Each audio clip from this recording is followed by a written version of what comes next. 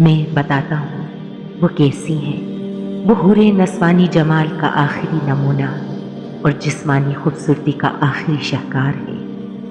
ان کا بے مثل حسن اور باکمال روپ سرخی پاؤڈر کے سنگھار، گجروں کے تار، موتیوں کے ہار اور زیب و زینت کی جھنکار کا محتاج نہیں ہوتا۔ ان کی وجود کی تشکیل کے لیے کائنات اپنا ہر حسن مستعار دیتی ہے۔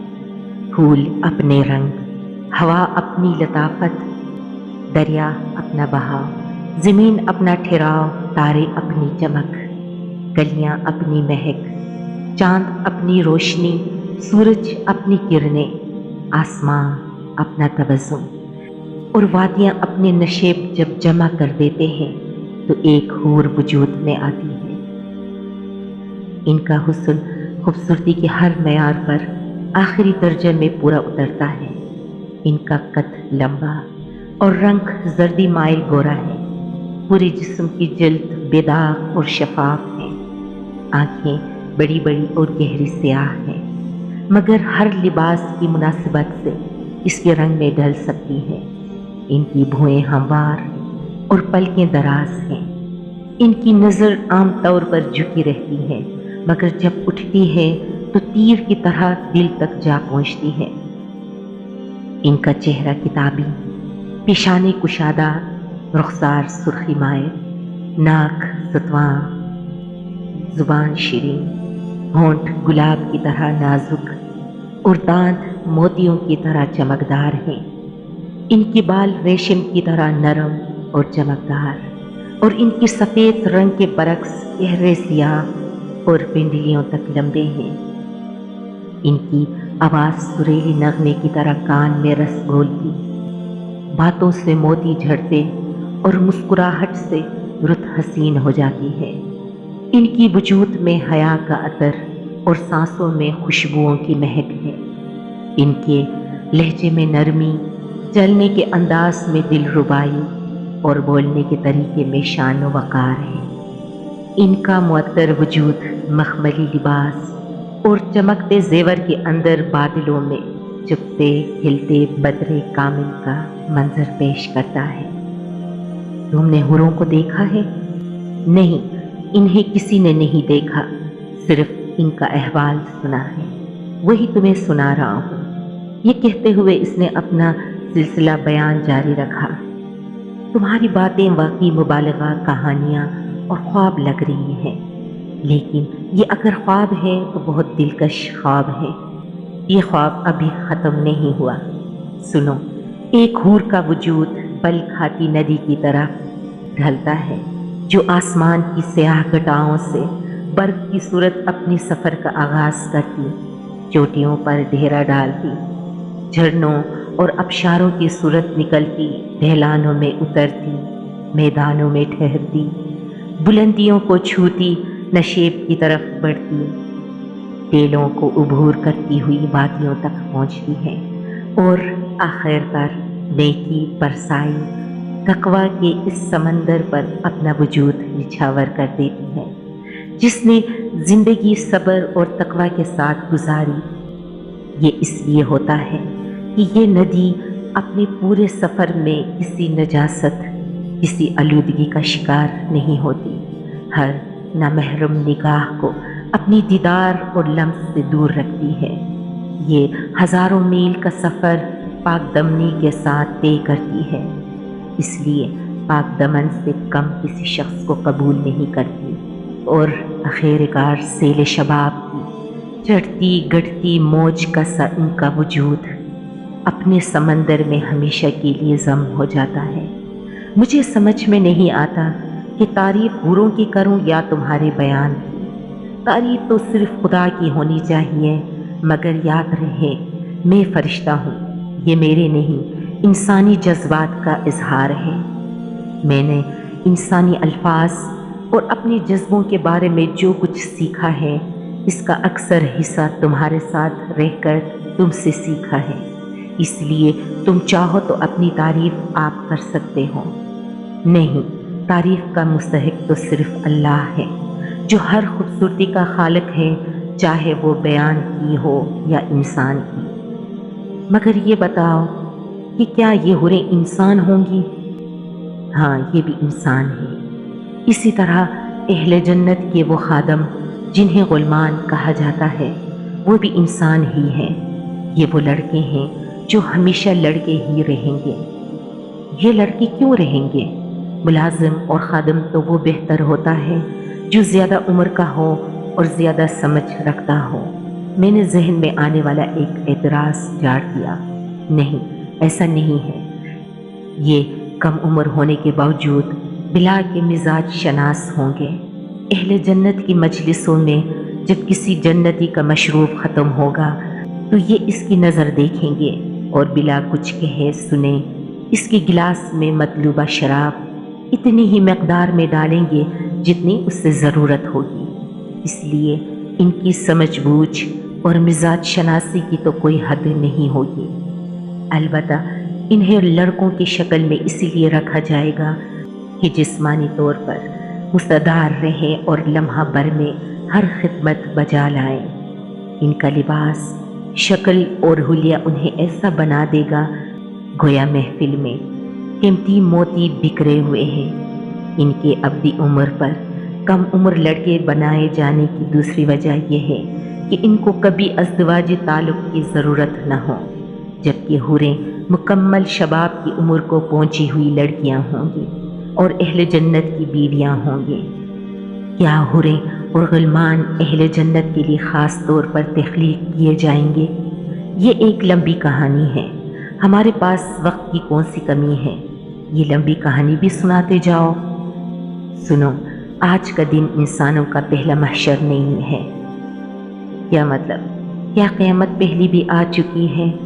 قیامت تو پہلے نہیں آئی، البتہ اول تا آخر سارے انسان ایک دفعہ پہلے بھی پیدا کیے جا چکے ہیں۔ کیا تمہارا اشارہ عہد الست کی طرف ہے؟ ہاں، مگر اس سے قبل اللہ تعالیٰ نے تمام مخلوقات کے سامنے یہ موقع رکھا تھا کہ وہ جنت میں اللہ تعالیٰ کی ابدی رفاقت کا شرف حاصل کر لے، لیکن اس کے لیے انہیں دنیا میں کچھ وقت ایسے گزارنا ہوگا کہ خدا ان کے سامنے نہیں ہوگا، صرف اس کے احکام ان کے سامنے آئیں گے اور انہیں بن دیکھے رب کی عبادت اور اطاعت کا راستہ اختیار کرنا ہوگا۔ زمین کی بادشاہی عارضی طور پر امانتاً اس مخلوق کو دے دی جائے گی، اور اپنی بادشاہی کے زمانے میں اس مخلوق کو اپنے بارے میں یہ ثابت کرنا ہوگا کہ وہ صاحب اختیار بادشاہ ہونے کے باوجود بن دیکھے خدا کی اطاعت کے لیے تیار ہے۔ جس کسی نے اقتدار اور اختیار کی اس امانت کا درست استعمال کیا، اس کا بدلہ جنت میں خدا کی ابدی رفاقت ہوگی اور ناکامی کی صورت میں جہنم کا عذاب۔ تو پھر کیا ہوا؟ یہ ہوا کہ ساری مخلوقات ڈر کے پیچھے ہٹ گئی، اس لیے کہ جنت جتنی حسین ہے، جہنم اتنی ہی بھیانک جگہ ہے۔ حشر کی سختی کو تو ابھی تم نے اپنی آنکھوں سے دیکھا ہے، اس کے بعد کون عقل مند اس امتحان میں کودنے کی کوشش کرتا؟ اور غالباً ہم جذباتی انسان اس امتحان میں کود پڑے۔ میں نے لقمہ دیا، ہاں یہی ہوا تھا، لیکن خدائی امانت اٹھانے کا یہ عزم روح انسانی نے اجتماعی طور پر کیا تھا، اس لیے خدا کی عدل کا تقاضا یہ تھا کہ ہر انسان کو پیدا کر کے براہ راست اس سے یہ معلوم کیا جائے کہ وہ کس حد تک اس امتحان میں اترنے کے لیے تیار ہے۔ عبداللہ، یہ اس لیے ہوا کہ تمہارا رب کی سپر رائی کے دانے کے برابر بھی ظلم نہیں کرتا، سو اس نے سب انسانوں کو پیدا کیا، سب کے سامنے اپنے پورے منصوبے کو رکھا۔ ظاہر ہے انسانوں کی اکثریت پہلے ہی اس مقصد کے لیے تیار تھی، اسی لیے وہ پورے شعور کے ساتھ اس امتحان میں کودنے کے لیے تیار ہو گئے۔ البتہ جن لوگوں نے یہ خطرہ مول لینے سے انکار کر دیا، ان سب کے بارے میں یہ فیصلہ ہوا کہ انہیں سن بلوغت تک پہنچنے سے قبل ہی مر جانے والے بچوں اور بچیوں کا کردار سونپ دیا جائے۔ یہی بچیاں اور بچے جنت کی بستی میں حور و غلمان بنا دیے جائیں گے، اور باقی لوگ اس کڑے امتحان میں اترنے کے لیے تیار ہو گئے۔ ہاں، مگر اس میں بھی خدا کی کریم حسن کمال عنایت کا مظاہرہ کیا تھا۔ تم جانتے ہو کہ دنیا میں سب کا امتحان یکساں نہیں ہوتا۔ یہ امتحان بھی اس روز ہر شخص نے اپنی مرضی سے چن لیا تھا۔ جو بہت زیادہ حوصلہ مند لوگ تھے انہوں نے نبیوں کا زمانہ چن لیا۔ ان لوگوں کا امتحان یہ تھا کہ ہر سو پھیلی گمراہی کی دور میں انبیاء کی تصدیق کر کے ان کا ساتھ دیں۔ ان کی کامیابی کے لیے اصل شرط یہ تھی کہ بدترین مخالفت میں بھی ثابت قدم رہیں، اس راہ میں ہر مشکل کو برداشت کریں اور انبیاء کا پیغام آگے پہنچائے۔ اس لیے ان کا اجر بھی بڑا رکھا گیا، مگر انہیں انبیاء کی براہ راست رہنمائی کی سہولت کی بنا پر کفر و انکار کی صورت میں عذاب بھی اتنا ہی شدید ہوتا۔ انہی لوگوں میں ایک طرف ابو بکر صدیق جیسے لوگ تھے اور دوسری طرف ابو لہب جیسے دشمنان حق۔ آزمائش کی دوسری سطح وہ تھی جس میں لوگوں نے امت مسلمہ اور نبیوں کے بعد ان کی امت میں شامل ہونے کا پرچہ امتحان چنا۔ ان لوگوں کا امتحان یہ تھا کہ بعد کے زمانے میں پیدا ہونے والی گمراہیوں، فرقواریت، بدعت اور غفلت سے بچ کر شریعت کے تقاضوں کو ہر حال میں نبھاتے رہیں اور معاشرے کے خیر و شر سے لاتعلق ہونے کے بجائے لوگوں میں نیکی کو پھیلائیں اور انہیں برائی سے روکیں۔ یہ ذمہ داریاں ان پر اس لیے عائد کی گئیں کہ ان کے پاس انبیاء کی تعلیمات تھیں اور وہ پیدائشی مسلمان تھے جنہیں قابل اسلام کے لیے کسی کڑی آزمائش سے نہیں گزرنا پڑا۔ اس کا مطلب یہ تھا کہ عام انسانوں کے مقابلے میں ان کی رہنمائی زیادہ کی گئی، انہیں زیادہ اجر کمانے کے موقع دیے گئے، لیکن غفلت کی صورت میں ان کا حساب کتاب اتنا ہی سخت ہونا دے پایا۔ میرا اور دیگر مسلمانوں کا تعلق اسی گروہ سے تھا نا؟ ہاں، تم ٹھیک سمجھے۔ تیسرا گروہ ان لوگوں کا تھا جنہوں نے اپنا پرچہ امتحان بہت سادہ رکھا۔ یہ سارے لوگ نبیوں کے براہ راست رہنمائی کے بغیر پیدا کیے گئے اور ان کا پرچہ امتحان فطرت میں موجود ربانی ہدایت تھی، یعنی توحید اور اخلاق کا امتحان۔ انہیں عام مسلمانوں کی طرح نہ شریعت کے امتحان میں ڈالا گیا، نہ نبیوں کی رفاقت کے کڑی امتحان میں۔ ظاہر ہے کہ ان کا حساب کتاب سب سے ہلکا ہوگا، ان کے لیے شدید عذاب کا اندیشہ بھی کم ہے اور اجر کے موقع بھی اسی تناسب سے کم ہے۔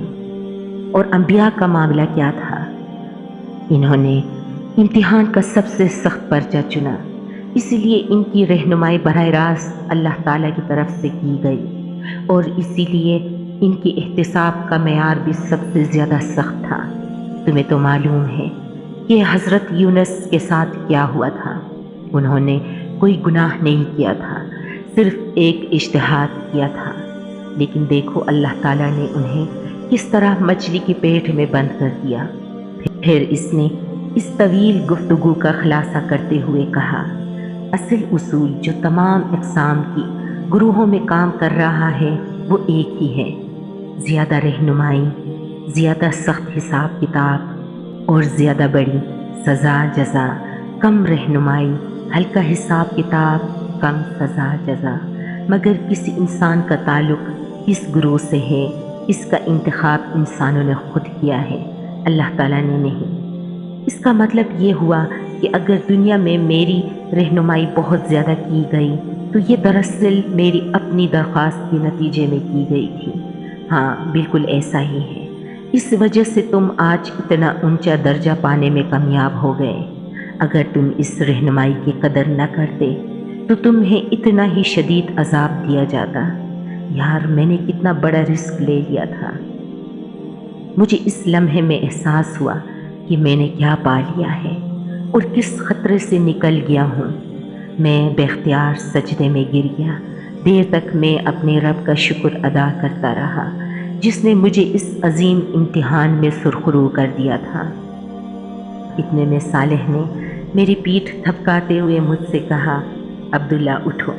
میں اٹھ کر کھڑا ہوا اور صالح کو دونوں ہاتھوں سے پکڑ کر بولا، صالح اب میں کبھی نہیں مروں گا۔